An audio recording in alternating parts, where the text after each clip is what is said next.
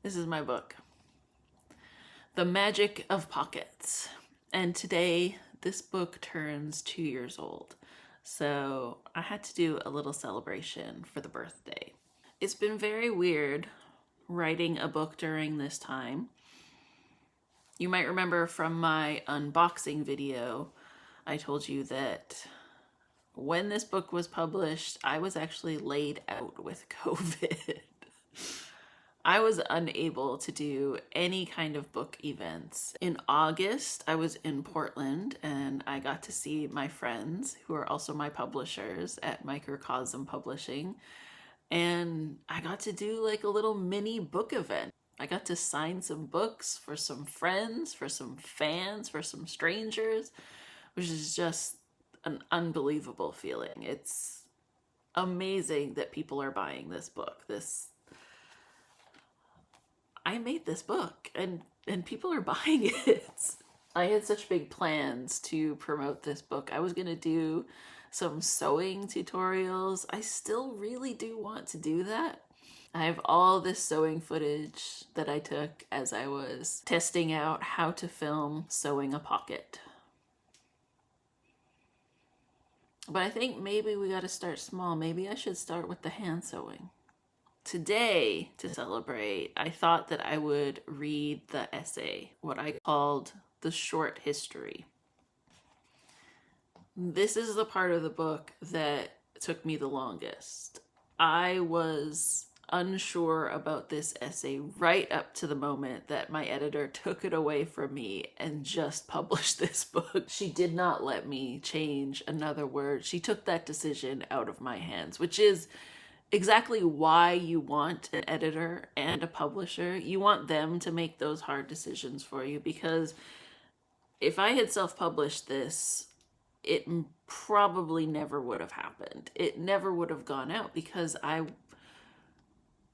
was anxious about every single piece of it. I was so worried. I am not an academic. I'm not a researcher. I just read a ton of books and tried to write this short history. Gonna see the book. There was a time when no one had pockets. Carrying your things from one place to another meant a bag, a cart, or a yoke across your shoulders to help balance the load. A pouch, tied shut with string, then looped through your belt, held most of your valuables, such as money and identification. Evidence from bodies preserved in ice proves humans have always needed somewhere to hold what they want to keep on hand. Otzi, a Copper Age mummy, was found wearing a belt with a pouch sewn in. The very first pocket, perhaps. As with most trends and fashions, there is no delineated start and end date of how the pocket evolved. Fashions overlap, carried by different demographics beyond the height of popularity. The pouch we call a pocket has its origins in those early string bags, but the 18th century was the true era of the pocket. In Europe, men had jackets and vests with enough space to hold their entire lives, while in Japan, the large sleeves of a kimono provided men with hidden places for small items. Women's kimonos are sewn with open seams, which means they don't have the same carrying space. In so many cultures, men's clothes and women's clothes are made differently.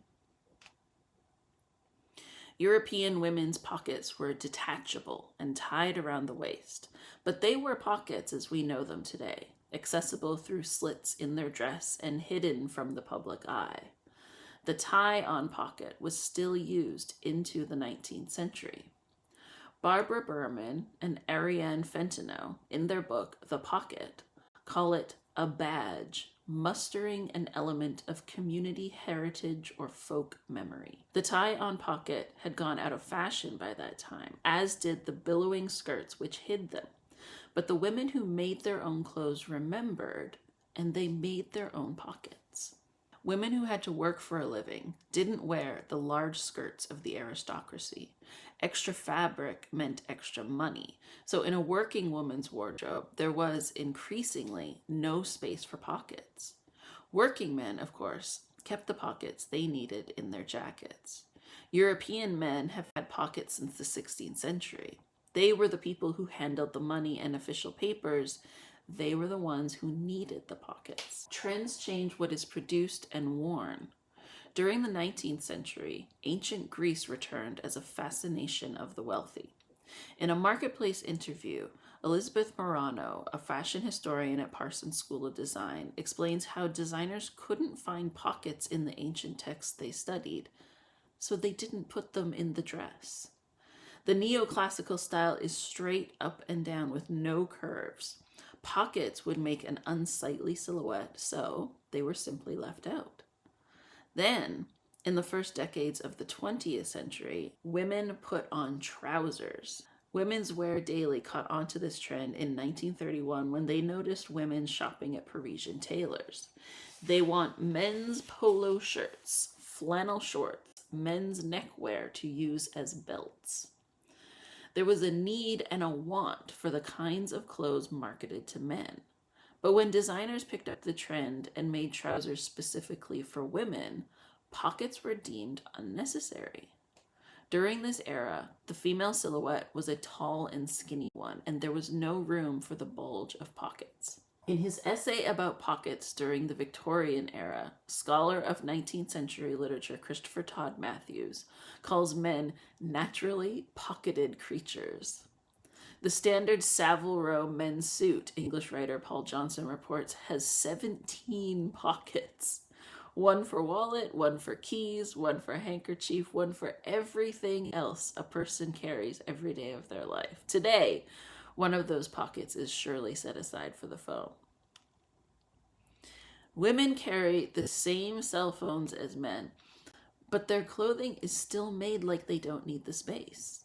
Even when women's clothing has pockets, they're atrociously small. A 2018 study by Jan Deem and Amber Thomas found the average pocket in women's jeans is 48% shorter and 6.5% narrower than in men's jeans. Women today carry their own credit cards, their own house keys, their own money from their own job. We deserve the pockets to carry all it takes to have an independent life. The people who throughout history continue to make their own clothes made their own pockets.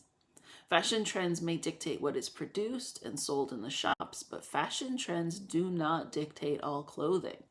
Different demographics have their own idea about what is good, beautiful, and useful. A woman who made her own pockets made her own expression of self. The pockets which survive in archives and museums today are important records of female lives. In their book, The Pocket, Berman and Fenitow explain how pockets illuminate the ambiguities of ownership. Women in the 18th century didn't own much, but they owned their pockets and everything in them. If a woman was dissatisfied with the volume of her pockets, she could choose to carry a reticule, a pocket-sized drawstring bag that could be decorated to act as another accessory. Large bags were for women who worked, not those who stayed at home. A woman with a bag had no man to take care of her affairs. A handbag is status, a statement of wealth. Hilary Davidson, in Dress in the Age of Jane Austen, writes, "The reticule is a public performance, in contrast to the private, practical space of pockets. Today, a skinny person carrying a giant statement bag is held up as aspirational in modern American culture. Pockets would only mar that image of perceived perfection. Pockets would only slow the production of fast fashion. Americans today buy their clothes. They don't sew anymore. Clothes are made on factory assembly lines where the process has been measured and cut for time and money. There's not enough of either to bother with pockets. But pockets help one carry the stuff of life. Life is easier with pockets, whether you need both hands to carry a kid, a dog, or 2 bags of groceries. Pockets are convenient and reliable. You might lose your keys for a moment, but they're there in your pocket. Pockets add utility to garments, and garments with utility stay out of landfills. If you're already recycling, mending rips, and baking homemade bread, Ripping into capitalism and sewing pockets into your favorite jacket or dress feels like a victory for the environment and sustainability. Pockets carry the whole world, and if you make them big enough, they can carry the world inside your phone too. Pockets can be a place to take home a beautiful shell or a fallen acorn. In the historical woman's pockets, Berman and Fenitow write, we see her multitasking resilience and resourcefulness, and we carry that resilience with us into our modern world. Pockets are, and have been since the beginning, a bulwark against the patriarchy, against consumerism, and against the life capitalism wants you to live. Pockets really can be all that. Here's how you make a life with pockets.